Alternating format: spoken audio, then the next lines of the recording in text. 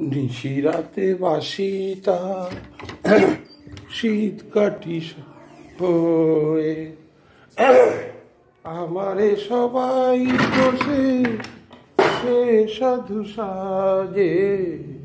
নিশিরাতে বাসি তার শীত কাটি হয়ে আমারে সবাই দোষে সে সাধু সাজে। অসময়ে সময় তো নয় আমি কি এমন তোর খেলনা ও ললিতা, ওকে আজ চলে যেতে বল না ললিতা, ওকে আজ চলে যেতে বল না। ও ঘাটে জল আনিতে যাব না যাব না, ও ঘাটে জল আনিতে যাব না যাব না। ও সখী অন্য ঘাটে চল না ও ললিতা, ওকে আজ চলে যেতে বল না।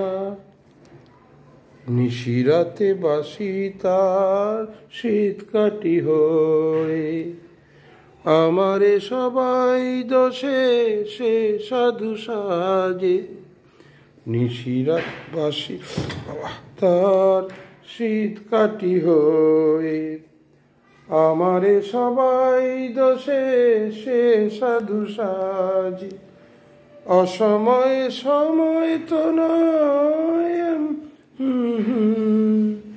আমি কি এমন তোর খেলনা ও ললিতা, ওকে আজ চলে যেতে বল না ললিতা, ওকে আজ চলে যেতে বল না। ধন্যবাদ। প্র্যাকটিস করলাম। বাবা পাটা জিতে গেছে। শুনছিলাম ইন্ডিয়ান আইডল একজন কি গাইছিল, শুভদীপ দাস। সঙ্গীত বিষয়টা খুব সহজ, খুব সহজ। কারণ কি বলুন তো, যে কোনো সাবজেক্ট আপনি চর্চা করবেন তার একটা ইয়ে আছে, ক্লান্তি আছে, মানসিক ক্লান্তি থাকে। সঙ্গীত চর্চা করলে সেই ক্লান্তিটা থাকে না, এই একটা সাবজেক্টেই থাকে না। এই জন্য এটা সহজ। কারণ আপনি যে গাইছেন সেই সুমধুর, নিজেও তার সুমধুর কণ্ঠ থাকে গায়কের, সেইটা গিয়ে আপনার ক্লান্তি দূর করে একই সঙ্গে আপনার চর্চাটাও এগিয়ে যাচ্ছে। এই জন্য সঙ্গীতটা সব থেকে সহজ।